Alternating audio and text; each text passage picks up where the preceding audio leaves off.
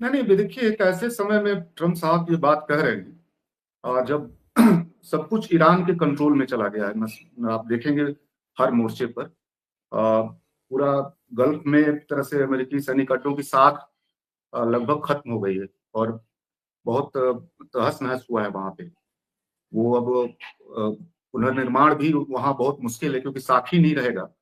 और पूरे गल्फ के जो देश हैं वो सोचने लगे हैं कि अब अपनी सुरक्षा को लेकर के नए सिरे से पॉलिसी की तरफ जाएंगे। वो अभी उनकी एक बड़ी मीटिंग हुई है उस इलाके में और वो अब एक बात इस्टेब्लिश कर दिया ईरान ने कि ये समाधान नहीं है सैनिक कट्टे इस इलाके में।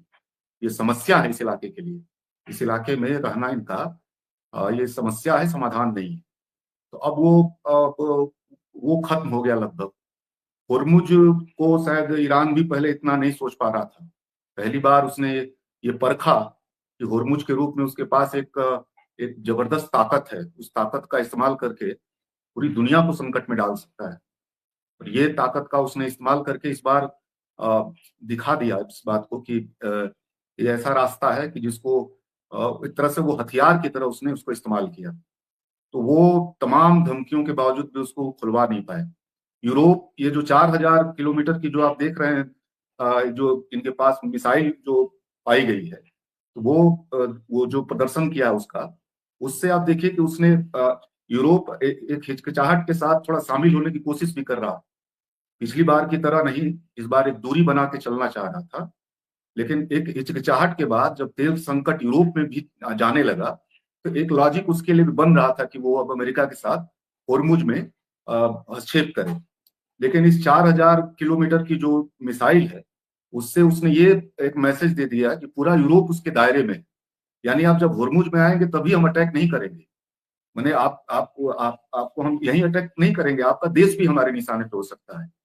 यूरोप उसके पूरे जद में जो आमतौर पर माना जा रहा था कि 2000 किलोमीटर से ज्यादा का मसला नहीं है। और तीसरा एक उसको ताकत मिली हुई है कि इस बार पश्चिम एशिया का पूरा कैरेक्टर ही बदल जाए।